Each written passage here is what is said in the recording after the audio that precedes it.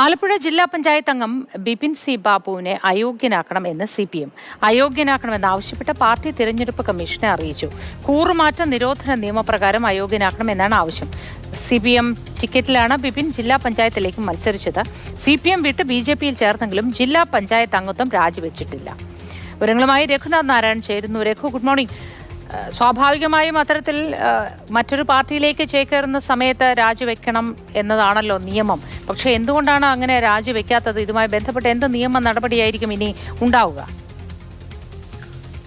CPM Kayamkulam area committee അംഗമായിരുന്ന Bipin C Babu പാർട്ടിയുമായിട്ട് അകലാനുള്ള ഒരു പ്രധാനപ്പെട്ട കാരണം അദ്ദേഹത്തിന്റെ ഭാര്യ ഗാർഹിക പീഡന പരാതി നൽകിയിരുന്നു. ഇതിനെ തുടർന്ന് നിയമപരവും സംഘടനാപരമായ നടപടി ബിപിൻ സി ബാബുവിനെ എടുക്കുകയും അദ്ദേഹത്തെ തരം താഴ്ത്തുകയും ചെയ്തിരുന്നു. പിന്നീട് ഏരിയ കമ്മിറ്റി പുനഃസംഘടിപ്പിച്ചപ്പോൾ ബിപിൻ ബാബുവിനെ അതിനകത്ത് ഉൾപ്പെടുത്തിയതുമില്ല. തുടർന്നാണ് അദ്ദേഹം BJPയിൽ ചേർന്നത്. BJPയിൽ ചേർന്ന ഘട്ടത്തിൽ തന്നെ അന്തസ്സും അഭിമാനവും ഉണ്ടെങ്കിൽ ബിപിൻ സി ബാബു ജില്ലാ പഞ്ചായത്ത് അംഗത്വം രാജിവെക്കണമെന്ന് ആവശ്യപ്പെട്ടിരുന്നു.